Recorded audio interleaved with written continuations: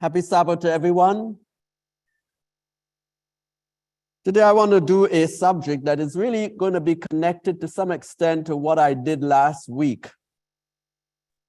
Last week I did a subject entitled What to Expect. And I made emphasis to the fact that many times we as Christians, including Seventh-day Adventist Christians, we seem to focus so much on what's going to happen tomorrow that the challenges or the tests or the fears that encompass us today, we don't seem to be able to handle them.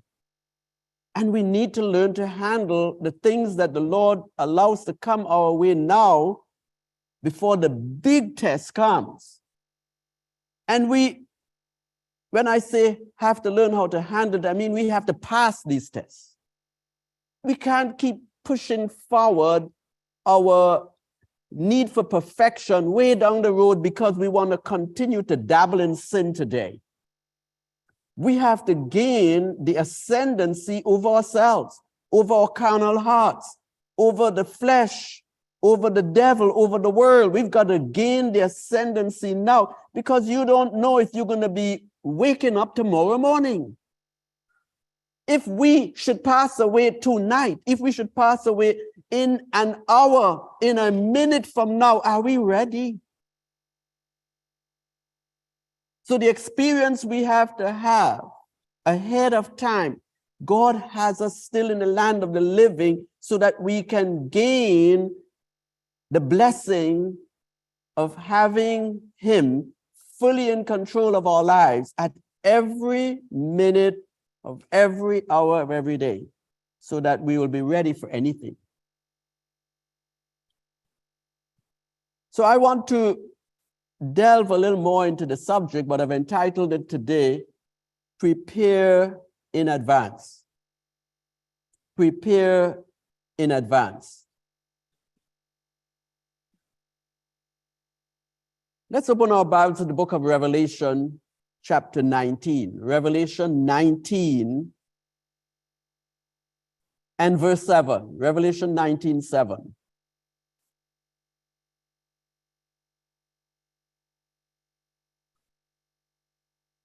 The Bible declares, "Let us be glad and rejoice, and give honor to Him, for the marriage of the Lamb is come, and His wife had made herself ready." Amen. What is the Bible telling us we need to do?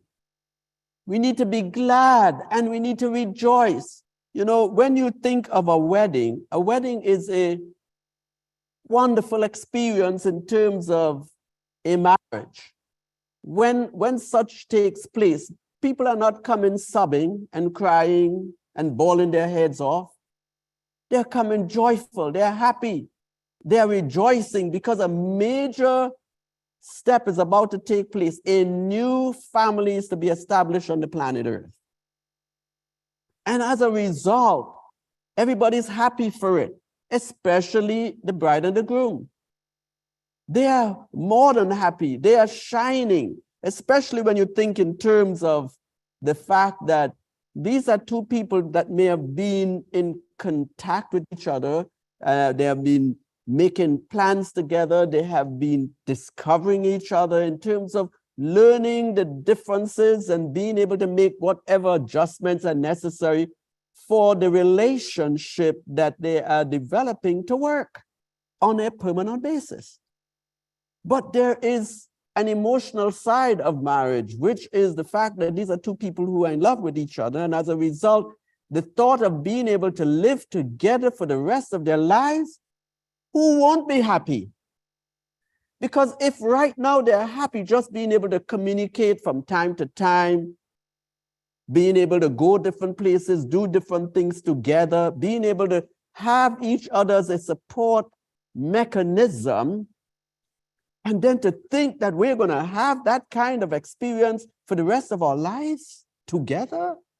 Yes, it is a time of rejoicing. It is a time of gladness. But notice the emphasis the Bible is making here, even in the context of the coming of Christ. It says, let us be glad and rejoice and give honor to him, for the marriage of the Lamb is come, and his wife has made herself ready. What about the husband? Well, we know in this case, the husband is Christ. He's already ready. He doesn't have to get ready. He's perfection itself. But the joy and the gladness is over the fact that the wife who was sinful has made herself ready. In the human race, both of them are sinful from the start. Both of them need to make themselves ready. Many times I've seen selfishness among those who I have had marriage counseling with, where you'll find there's a situation where the one party will turn and say, well, he needs to be like this. And the other one says, and she needs to be doing this, that, and the other. You get the impression as though they're trying to say that they're ready, but the other person is not. And I always have to tell them no. Even if you think you are ready, you have to make sure that you don't just focus on what the other person has to do or what the other person needs to be like.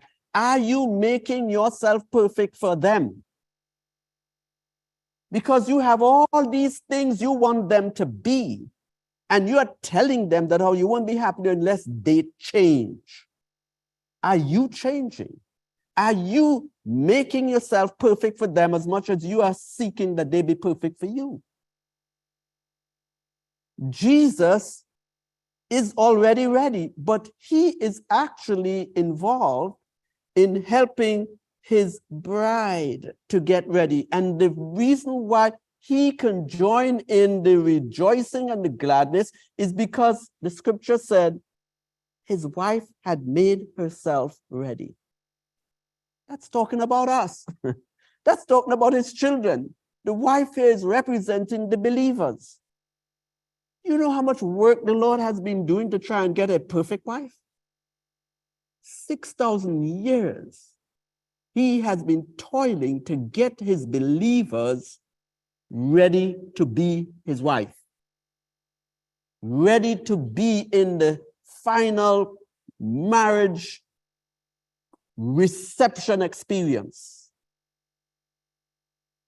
In every age, he has managed to get some ready, but he's looking for the day. This is talking about the day when he's going to come for the marriage ceremony to take place, where all his redeemed will be prepared to receive him. And he's telling us he is going to get a wife that is ready. Each of us make up that wife. Each of us. How dare we think that the Lord is going to accept a wife with spot and stains on her, with a garment that is not clean? We want to be part of that beautiful woman called the church, as brought to view in Revelation 12, but we want the Lord to excuse our spots, our wrinkles on our gown. One of the most important items that a woman considers needs to be absolutely beautiful on that day is her gown. If a physical, human, sinful person could see that as being important, why shouldn't the Lord? Why shouldn't he be viewing the gown that covers his children needs to be perfect, perfectly clean? Why shouldn't he? So we have to start dealing with the cleaning of our own individual garments before we could become a part of that beautiful woman that will make up the bride of the Son of God. Weddings take a lot of preparation. Anybody who has been married or has been involved in helping others in a wedding will understand that weddings are work. Not just the clothes you have to deal with. And I'm not talking about just the clothes of the bride and the groom. I'm talking about the clothes of all the attendants. all those who are going to be a part of the wedding, the best man, the bridesmaid, all the other maids in honor, etc. Even the little Bible boy, if you have one, or Bible girl, whichever, it all needs preparation. And then on top of that, you have to make sure you have a minister in place if you're not using a justice of the peace. You're going to have to make sure that you have a church that is available. And you have to make sure that you get a reception area for after the wedding takes place. And boy, do you have to make sure that you have food. And you have to plan what it is you're going to eat, what it is you're going to drink. Everything has to be meticulously planned out in advance. It takes time, it takes money, it takes work to put together a wedding. Brethren, the Lord is trying to do most of the work right now. It's painful. Because if he does not get our cooperation in the process, he knows the wedding is not going to go through successfully. It's a lot of work. And it requires the help of others. Even the bride and the groom needs help. That's why they have special people that support them in the process, because they need help. They can't do everything themselves. Many times they think they can, but you do need other people's opinions and the support along the way.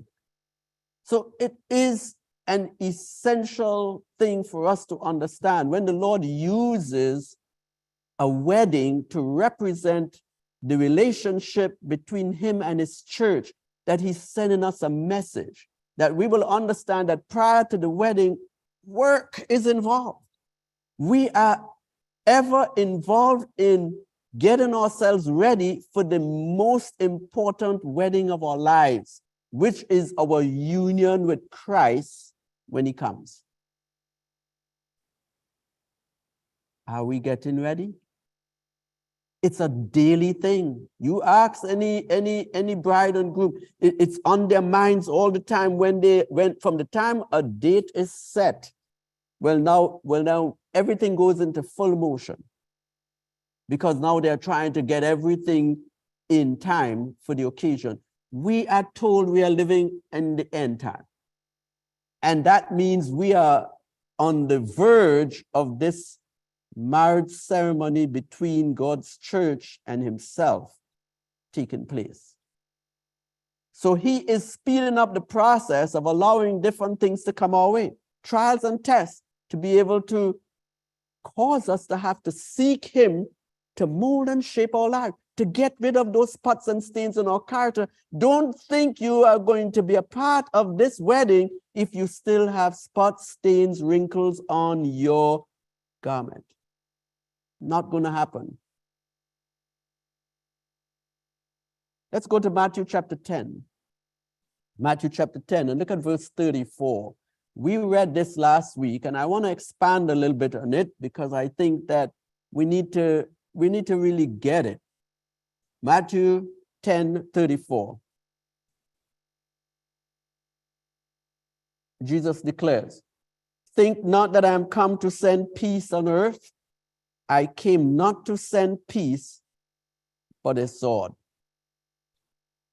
Now, we examined this from more than one angle, and we saw that it is absolutely essential for the people of God to recognize that trouble is inevitable.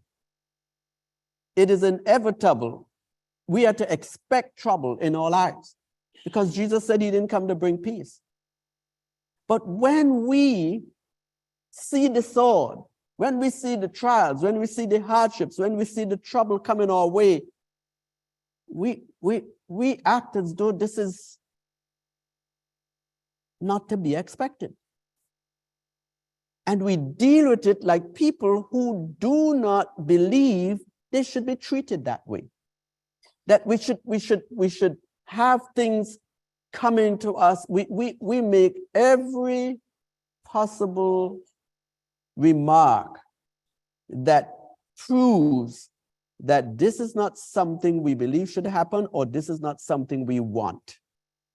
But if we know the value of our trials, if we know the value of our tests, if we know the value of things coming our way that we don't like, we will embrace it. Ellen White said, these are our friends. Why are they our friends? Because they cause us, at least they're supposed to, cause us to go closer to the friend of sinners for help. Sometimes that's the only way the Lord can actually get our attention. He knows we cannot deal with most anything that comes our way, big or small. Most of the time, we can't even deal with it. But he is still allowing it so that we will come to him who is able to deal with these things. And many times we don't. Instead, we just stand up in one place and complain. But we don't go where we ought to or where we need to for the help that is essential. Yes, he said, he came to bring a sword. So when we see the sword, because he said that we're going to have a sword, we know he has a solution. So why are we looking everywhere else other than him when the trials come? What to expect? We covered a number of different things or challenges or fears and tests that comes our way on a daily basis. Do you remember we outlined about 7? We know there are more, but you'll find in many cases they will fit right within those if you look closely. Number 1, we saw that failure. Nobody wants to experience failure. Instead, they wish that they could get away from it. Number 2, affliction. If you know it, say it. Affliction. We don't want sickness. We don't want pain. We don't want sorrow. We don't. But the Lord has to use these things sometimes to draw us to him. It's all our challenges in life is to draw us to the Lord so that he can reveal himself and his love and his power to us, because he wants to become very closely connected to us. That's the same thing that happens in a love relationship where you begin under certain different circumstances to discover who the other person is, how they really think under different circumstances of life. He wants us to see who he is like, what he is like, who he is under different circumstances of life. But we don't give him that opportunity because we don't always go to him. And then what was the third one? Temptations. We encounter temptations. Why we encounter temptations? Because, again, we need help. We are weak. We think we're so strong, but we are weak. What was number 4? Death. We encounter death, loved ones passing away. Sometimes it's the people who are the closest to us that pass away, but we don't know how to handle it. And the Lord sometimes allows it because that person may be put to sleep at the very time the Lord knows is best for them. It's not all about us. What about them? Suppose at that point in time, the relationship with the king is the best experience that Jesus ever had with them. Why shouldn't he take them when they are ready, when they are ripe for harvest? But there we are, boo-hoo-hoo, Lord, don't take them from me, please, please, I can't live without them. Instead of saying, not my will, but thine be done. What is the 5th one? Opposition. We don't like people to oppose us because we have a certain sense of ourselves and we feel that we are always right. And the trouble is, we still have carnal hearts, and that's what the Lord is trying to change. No, we are not always right. We need to sometimes be in a position where we are wrong, where the Lord allows us to see or discover we are wrong so that we will learn to humble ourselves and be like Christ. Christ wasn't wrong to be humble. He always knew what was truth. He always knew what was right, but he always dealt with it in a manner in which others will be comfortable in his environment. We've got to learn to be like our master. What is number 6? Problems. And just this one could encompass so many other areas, because problems can come in so many different ways. So many different ways. But all of these we may encounter, or one of these we may encounter from day to day. And finally, evil doers. Oh boy, those are the ones that gets under the skin. People who you know deliberately want to hurt you. And you end up either going to the Lord to give you the grace to be able to deal with them in the right way, or you want to deal with them the same way in which they're dealing with you. That's where the Lord tests us in all of these areas. And we have to pass all these tests. Through Christ, which strengthened me. God has to use different ways to try and keep us close to him, because remember, he's the one molding and shaping us to be the perfect wife. The perfect wife for him. So he has to do all this work in advance, just like in a regular marriage preparation. A lot of work has to be done in advance, but we don't want the Lord to do the work because we think we are ready. I want us to read the next few verses of Matthew 10 after 34. Look closely at verse 35 through 37. Matthew 10, 35 through 37. Bible says, "For I am come to set a man at variance against his father, and the daughter against her mother, and the daughter-in-law against her mother-in-law.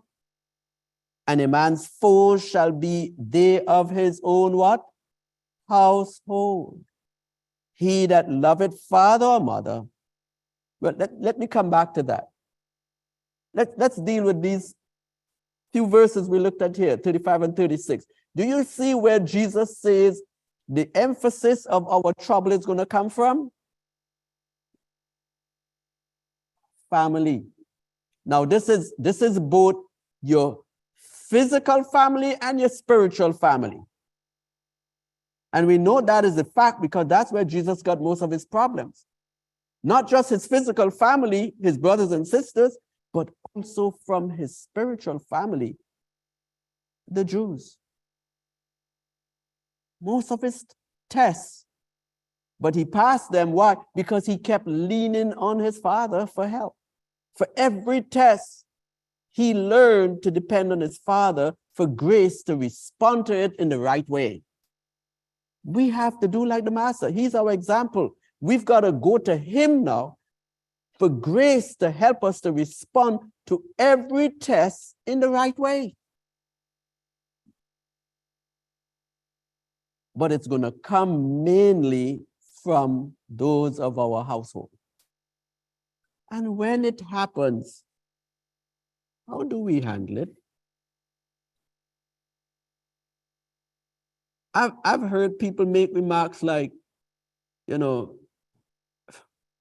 I didn't expect that from you. I didn't expect that from you.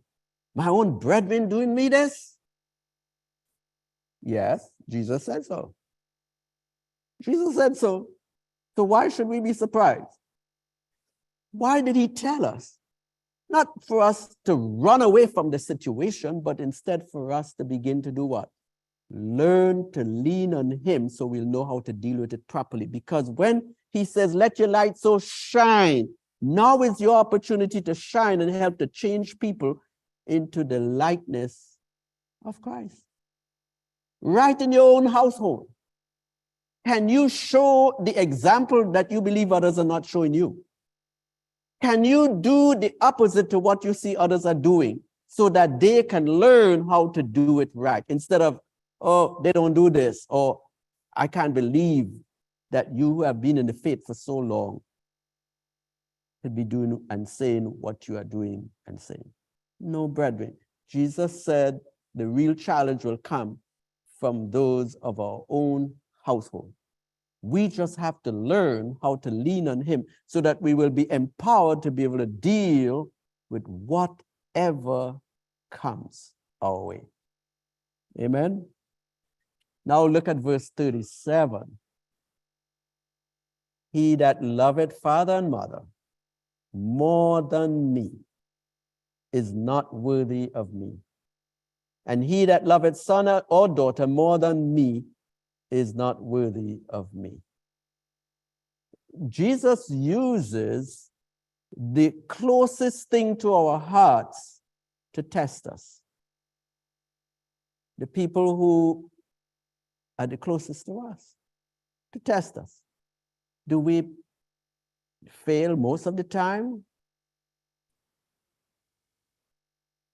But the answer is right there next to us.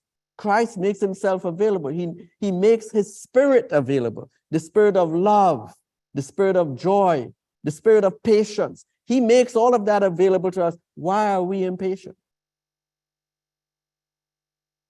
Why are we aggressive? Why are we short-tempered? When he makes that grace available to us all the time, every time, is it that he is not helping, or is it that we are not using the help that he makes available? All we have to do basically is to try to deal with situations his way, and the grace of the Lord flows. But we don't even want to try, so we don't experience growth. We're always stagnant, or unfortunately, in some cases, moving backwards instead of forwards, because we don't reach out for the grace and apply it with an effort that the Spirit of God can take over and begin the work of transformation. Because without faith, it is impossible to please God. We've got to show the Lord that we are trying to apply his will, even if we don't want to. And he can change our way of thinking in the process. You know, I find it interesting that the Lord uses as an example not just the father or mother and their children, but also the parents and their children as reasons why we are to be on our guard as far as being tested. Because we're going to get the test where it sometimes could hurt the most. But that requires of us a close relationship with the Master to be able to address those tests in his strength. And then he says, are you going to love them more than me? We sacrifice things for those who are close to us, even to the point that sometimes we want to give them what they want, even though we know it is not what God wants us to do. We've got to be careful. We cannot put any human being above Christ. No human being.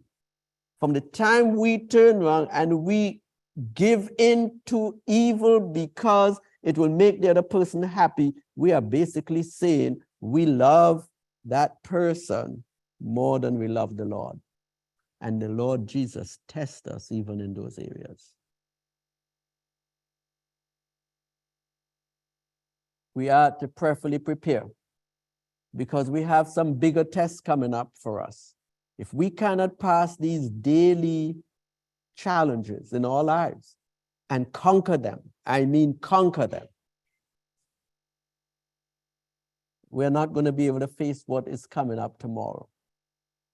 In the book Early Writings, page 270, I'm reading from paragraph 1, Early Writings 270 and paragraph 1. Ellen White was dealing with the shaking.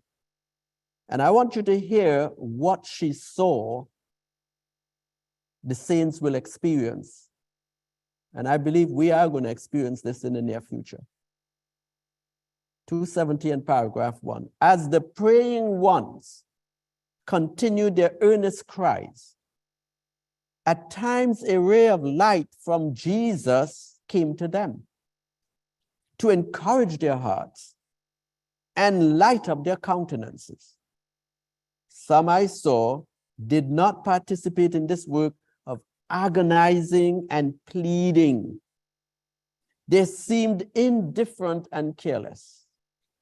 They were not resisting the darkness around them, and it shut them in like a thick cloud. The angels of God left these. Now, this is a tragedy, brethren, because basically now you're on your own. And if you don't have any supernatural divine help, you're not going to make it. The angels of God left these and went to the aid of the earnest praying ones. I saw angels of God hasten to the assistance of all who were struggling with all their power to resist the evil angels and trying to help themselves by calling upon God with perseverance. But his angels left those who made no effort to help themselves, and I lost sight of them. End of quote. We don't know how long we have within this shaken time. I believe that the shaken time has already begun, but I believe it's ongoing, and it's eventually going to reach this pivotal point, this climatic experience, where the saints are going to be seen as the enemies of the church, the enemies of the state. And they are going to find themselves surrounded by darkness all around them. In other words, the abominations in Israel are going to become so much more public, so much more evident. And the thing about it, the saints are going to speak against it. They're going to speak against it. The time is going to come when we are going to have to lift our voices more than we do right now, because it's going to become so much of an accepted way of life among God's people, both in the church as well as in the world. And we are going to be expected to go along, and we won't. We're going to resist the darkness, and we are going to be viewed as troublemakers. At that time, inspiration says we will be agonizing and pleading for the help of the Lord. But there will be those around us who will not be doing that. They are going to make no effort to resist the darkness. They're going to just go with the flow. And it's going to eventually engulf them. And inspiration says she had no sight of them afterwards. In other words, they are going to be separated from the saints. So, brethren, we've got to prepare ourselves. The darkness that we encounter on a day-to-day basis, we have to practice overcoming it. We have to practice resisting. We have to practice being able to call on the Lord and persistently fight to gain the victory, so that we could become masters before this climatic experience comes, because that experience is what is going to eventually result in the total shaking that will take place in Israel.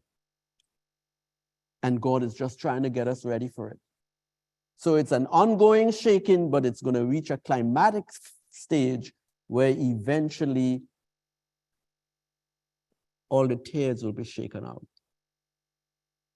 Now, from a church perspective, today they're thinking that everybody who leaves the conference environment are the tears, and they're being shaken out today. Well, what inspiration was talking about was shaken out based upon the darkness being rejected.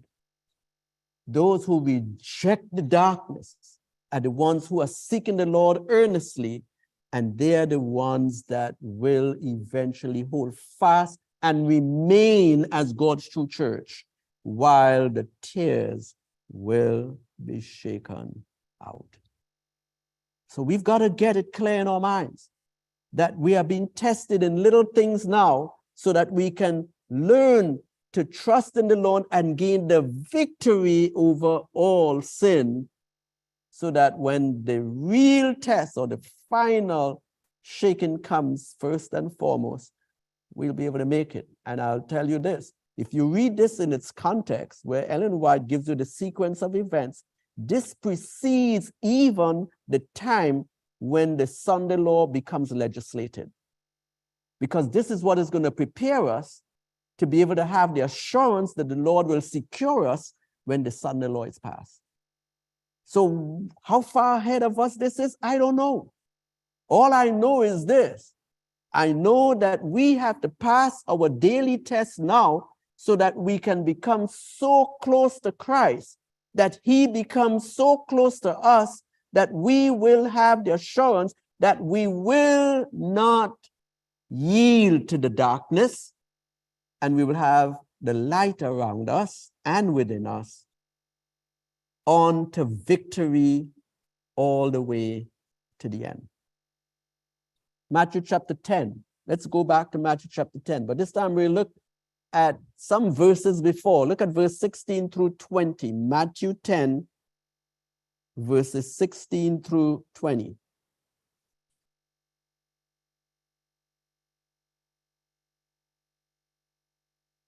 Behold, I send you forth as sheep in the midst of wolves. Be ye therefore wise as serpents and harmless as doves.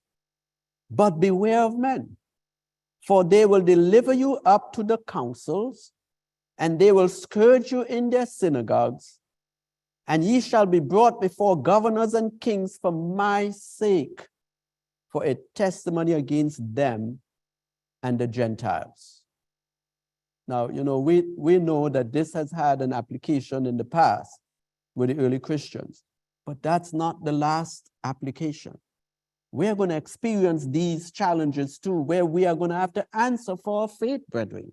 We will be brought before the councils and the government to answer for our faith, because the stand we are going to take is that we are going to put God first before anybody else.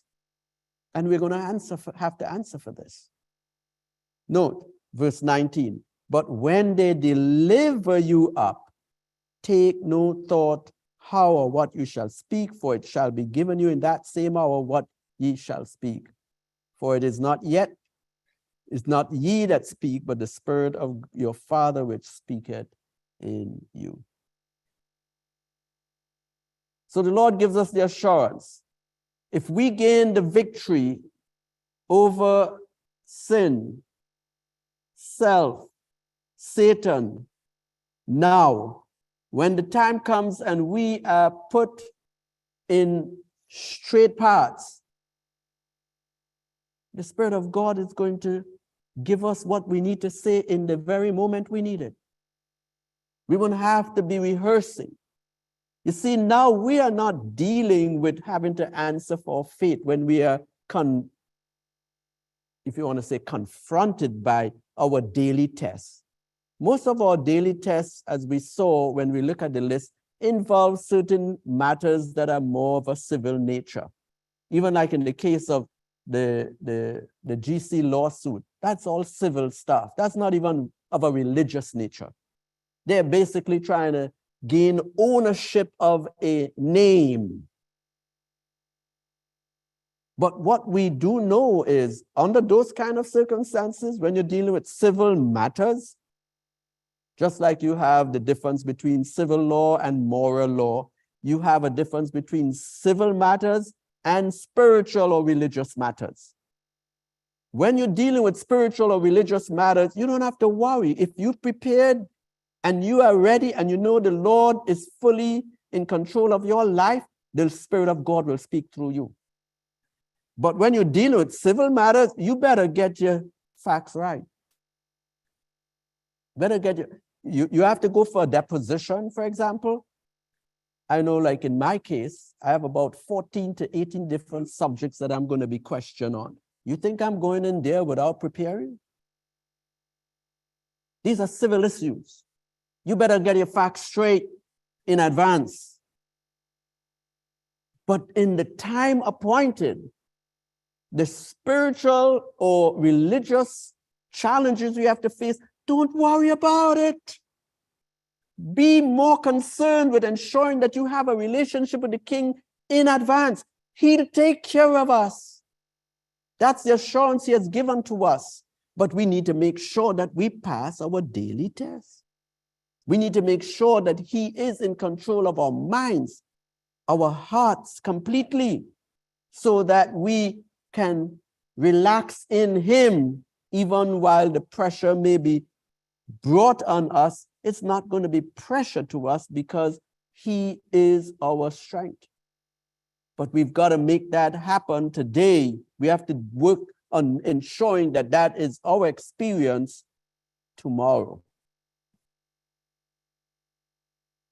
1 Peter 4, verse 12 through 16. 1 Peter 4, verse 12 through 16. Beloved, think it not strange concerning the fiery trial which is to try you, as though some strange thing happened unto you. Remember, as we discussed, some are saying, well, you know, why should this happen? I didn't expect this to happen to me as a Christian. Oh yes, you better believe it. The Lord Jesus loves us too much to not give us some reason to come to him. He loves us too much for that. So we are not to think trials and tests, especially on a daily basis, as strange. They're not strange. Verse 13, but rejoice inasmuch as ye are partakers of Christ's sufferings, that when his glory shall be revealed, ye may be glad also with exceeding joy. If ye be reproached for the name of Christ, now we get into religious matters now. If you be reproached for the name of Christ, happy are ye, for the spirit of glory and of God rested upon you. And on their part he is evil spoken of, but on your part he is glorified. But let none of you suffer as a murderer, or as a thief, or as an evildoer, or as a busybody in other men's matters. Yet if any man suffer as a Christian, let him not be ashamed, but let him glorify God on this behalf. Brethren, we've got to get ready. Jesus needs some representatives on this planet, some real representatives, people who believe his word and are trying to live his word and are allowing him to take possession of their lives. And you are seeing their growth every day.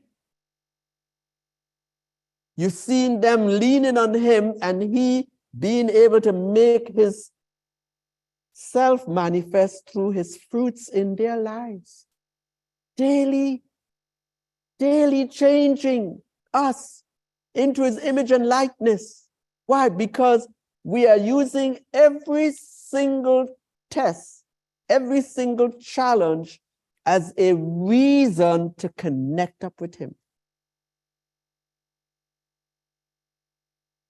Talk about praying without ceasing. Especially as you get closer to the Lord, the enemy is on your heels even more. And that means you can use this to your advantage and become even more in atonement or oneness with Christ on a daily basis. But it will be evident only as we surrender to Christ, and his fruits, don't kid yourself, is when his fruits are made manifest through us, in our words, in our actions, in our lives, that it becomes obvious that Christ is being allowed to take control. So we've got to prepare in advance to answer for our faith. But we also have to prepare in advance to know that the kind of test that we normally fail in, that we are ready for them. Those daily tests, as I said last week, those daily tests that comes to us and we usually fail, we have to start changing our way of thinking as to how we are going to respond to those tests. Because we've got to change the record. We have to stop failing with certain things and just being able to repeat, oh, it gets me all the time. No, that's got to stop. Otherwise, Jesus is not our answer. He has not really been permitted to take control of our lives. Because if he was, we would be winners, not losers.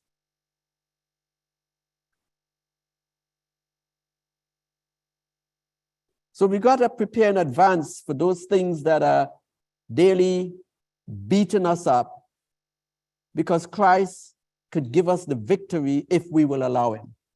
It is only because we refuse to let him have his way with our minds that we end up failing.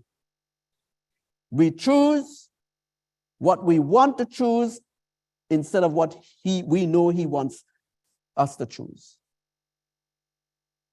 But now that victory can come only with Christ's help, we need to lean on him for victory, because he wants to marry us. And he knows that if we don't have the qualification, he's going to have to cut us off. Somewhere along the way, he's going to have to cut us off. So we've got to make sure that our connection is sure and that we experience it by seeing victory beginning to become a reality in our daily lives. 1 Peter chapter 3, look at verse 9 through 11. 1 Peter 3, 9 through 11.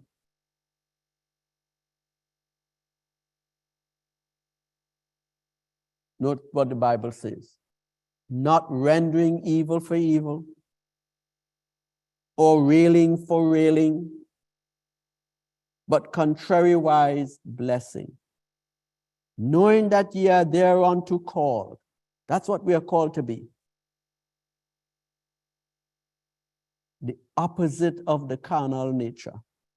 That's what Christ takes possession of us to do, to transform us into his nature. Not rendering evil for evil, or railing for railing, but contrariwise blessing, knowing that ye are thereunto called, that you should inherit a blessing.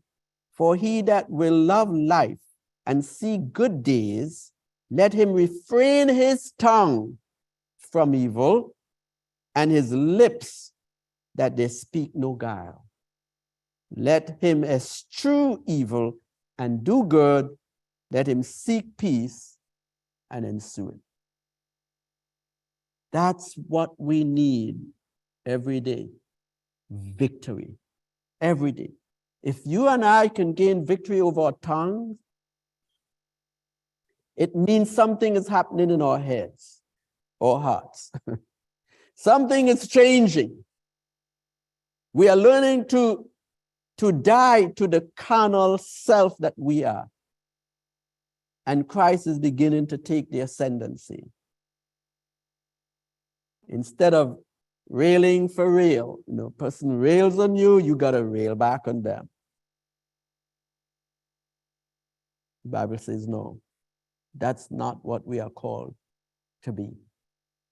That's what Christ is so essential in our lives, to ensure that we are different from the world. God's people are different from the world. Christ stood out different from the world. And how was he described? The light of the world. Why do you think he calls us to be lights? That's what Matthew 5 talks about. Ye are the light. He's not referring to himself now. He's referring to us and saying, ye are the lights of the world. How could we be lights of the world if we don't possess the light inside? We've got to lean heavily on the Master, and don't just say, yes, I'm trying, or I'm praying, or I'm asking the Lord to help me. Surrender. Because he wants to help us, but we make choices that we end up going the old way instead of his way. following the same old pattern because we don't want to follow his pattern. It's one thing for you to ask the Lord for help, and it's another thing for you to surrender and take it. And how you know you took it is because when you ask him for help, Lord, I don't want to say what I want to say. Help me to not say it. He comes right away to help you because his whole objective is the same. So he's there. So blame is not on him. Don't even try blaming him. He wants to help. I am with you always. That's what he said. Okay, so he's there now, and you just asked him for help. So he's ready to give you the help, and then the time comes for you to speak, and you're saying the same old stuff that you normally say. How you expect the Lord to be glorified? It is a choice you have made. Have you rehearsed saying something different? Have you put yourself back in that very same situation where you failed so many times before and gave yourself new thoughts to replace the old? Because if you have a different plan as to how you're going to respond, then you will respond differently if you decide to do so. And the Spirit of God is going to carry you all the way through to victory once he sees you start down the right path. When will we learn? When the Master is looking for a spotless people, we can point our fingers as much as we want at the church being Laodicea, but the Lord is looking for those who think they know better to be better. The same grace that is made available to them is made available to us. Are we using it? By their fruits you shall know it. The Lord knows whether we are surrendering or not. And the rest of Israel could know too. All we have to look at is fruits.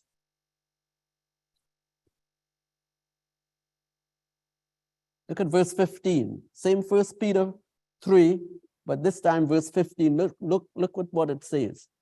But sanctify the Lord in your heart. So where does it begin? Where does the change begin? In the heart, in the mind, your thought process.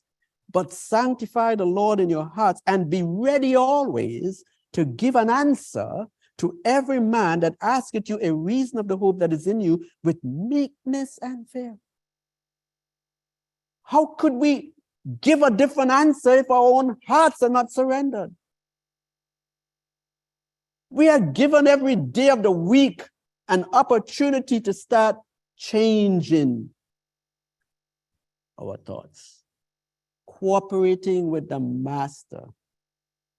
But you know, we want the old way because we think it works.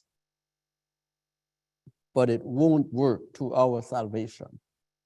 It will work to our damnation if we don't fully surrender and cooperate with the Lord. What did the Apostle Paul say in Philippians 4:13? I can do what? All things. How? Through Christ which strengtheneth me. So he sees us making the effort, and what does he do? Strengthens us. Strengthens our effort to go in the right direction, his direction. I am the way, the truth. If we look to follow his way, he is going to strengthen us to complete it. We think Christianity is so hard. To be a Christian is so hard. You know why it's so hard? Because we try to be Christians without Christ. How do you expect to be able to do the right thing if you don't have the right power? You're empty, but yet you want to live a full, perfect life. Won't happen. We've got to first of all put on Christ, make sure we have him inside of us, and then we go forth and try to follow his way. Then and only then will we gain the victory. Forget the past. Forget how many times you failed. Forget how many times you messed up. That's not God's concern. God's concern is, are we going to work together now? Are we going to work together now? You know, for years, the Lord is asking us the same thing, but no, we just want to make excuses. I can't change. This is just a part of me. That's how I've always been. I'm too weak. So then where's your strength? I'm not talking about your physical strength. I'm talking about your spiritual strength. Your spiritual strength should come from the Master. That's where you are supposed to be leaning and ensuring that you gain victories. And stop excusing those who choose to stay in the darkness. Because if you excuse them, they'll pull you in the darkness too. It is time for us to make sure that we come to recognize that if Christ is the answer for one, he's the answer for all. And none of us have an excuse for failure. Because all of us have access to Christ. All of us.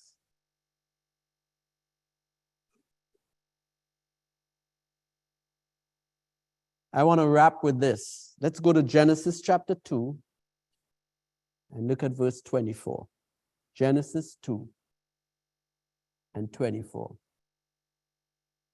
We started off using marriage as an example of the experience that requires work in advance, but has wonderful benefits in the end.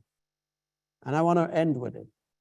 Genesis 2:24, the Bible says, "Therefore shall a man leave his father and his mother, and shall cleave unto his wife, and they shall be one flesh." Notice the key words here. Leave, cleave, one. Leave, cleave, one. Every idol that we still cherish creates an adulterous relationship in our lives. Christ says he's the only one that can be our true husband.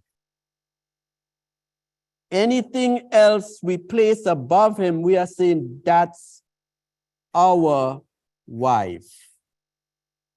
That's who we worship. That's our God, not you, Jesus. And he makes it quite clear that in a true marriage relationship, you need to leave all others and cleave to him alone. How could we expect to have that oneness relationship with the Master if we put anybody ahead of him?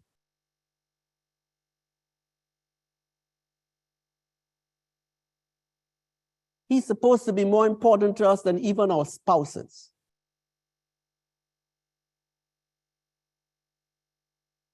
Number one.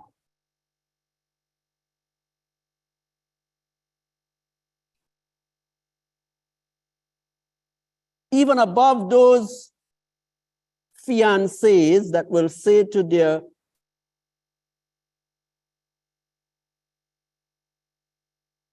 "I want to marry you" people, if you love me, you will do whatever I ask.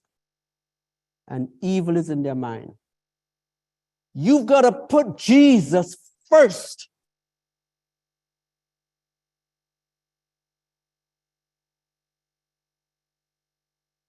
That's why this relationship is so important to us as far as our spiritual experience is concerned. Christ must be number one.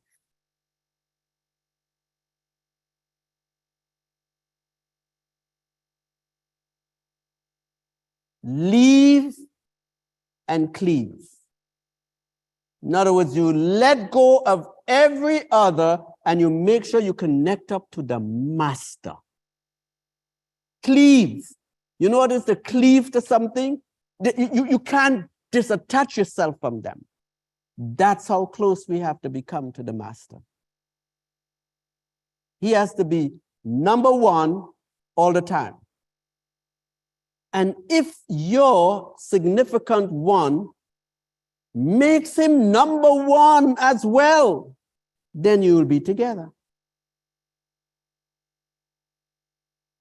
You better know who's number one in your significant one's life. You know, when Solomon fell, he fell because all the wives he took disattached him from his Lord. He cleaved to them instead of to the Master, and they brought him down real fast.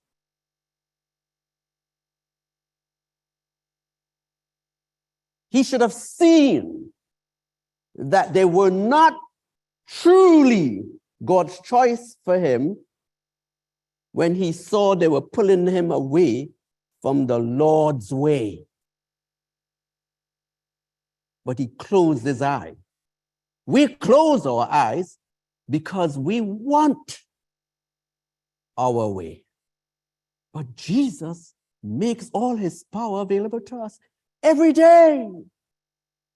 How could we not recognize we can gain victory through him? We can. We can.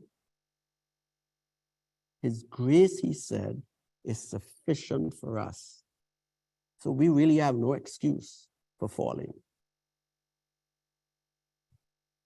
Every failure on the part of the children of God is as a result of their lack of faith. No excuse. So you don't have to go beating yourself in regards to the past if you've already confessed your wrongs and asked the Lord to forgive you for them. He's more concerned about what you're going to do now. That's his concern. What are you going to do now? Are you going to gain victories now and stop trying to memorialize the failures of the past? No, he wants to know what you're going to do now with him. That's what he wants to know. That's his concern. And that should be our concern. I will know that you and I are truly connected to the Son of God when the fruits of the Son of God are allowed to be manifest in our words and deeds. If it's not there, he's not there. We've got to get it. Because if we don't get it, we'll always feel satisfied where we are, when it could mean our loss and the loss of others. So we want to help each other. Point each other to Jesus and make it clear to each other that if we take a hold of him, it will be evident that he is there. It will be evident, I say, that he is there. It's not a matter of, oh, how I love Jesus anymore. It's a matter of, look at Jesus when you see me. That's what each of us need to be able to proclaim, that Christ is taking control of my life, because my words and my deeds give evidence that he is in control. If it's not seen, then I need to draw closer to him. It's not his fault, it's me. I have to draw closer to him. I have to stay connected. I have to cleave. Leave all other, cleave to him. Every time I notice there's a weak connection, I need to cleave. Notice the illustration that the Lord used. He said that a man will leave who? His father and mother. The people who are supposed to be the closest to him up to the time when he leaves his home. These are the people who he has maybe the most respect for. Jesus is telling him, you gotta leave them and connect with me. Otherwise, you're not going to make it.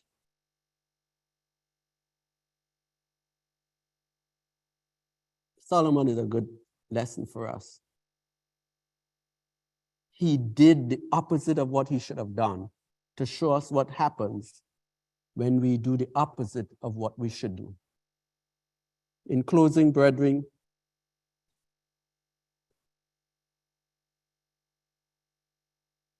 may the Lord help us to prepare in advance. Prepare in advance. Don't worry about the time of trouble such as never was. That's coming. But that's not our issue right now. You don't even have to worry about the climax of the shaking when we are found agonizing and pleading because we are surrounded by so much darkness. Don't even worry about that. I'm saying to you, let's start worrying about passing our daily tests. Because if we could conquer in our day-to-day challenges, then we could conquer in all the others. Because conquering in our day-to-day challenges means that we are making Jesus a permanent fixture in our hearts.